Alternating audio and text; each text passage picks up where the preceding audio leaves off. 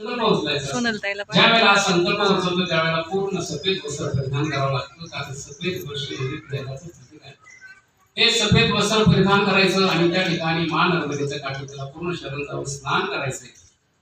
जवळ एक छोटी बॉटल असते, ती बॉटल भरून घ्यायची. बॉटल कशासाठी भरून घ्यायची? त्याच जलाची रोज सकाळी संध्याकाळी पूजा केली जाते. सरदार सरोवर डॅम प्रकल्प झाल्यामुळे मान नर्मदेचा काही किनारा काही ठिकाणी 40-40 किलोमीटर लांब जातो. अशा वेळेला 2-2, 3-3 दिवस मान नर्मदेचं आपलं दर्शन होते. हातामध्ये जे जल असतं आपल्या पूजेमध्ये, त्या जलाने मात्र मान नर्मदेचं आपलं दर्शन होते. स्त्रिया असतात, स्त्रियांना 4 दिवस असतात महिन्यातून, त्या संपूर्ण पाळीचे त्या काही ठिकाणी कुठलेही चालत नाही.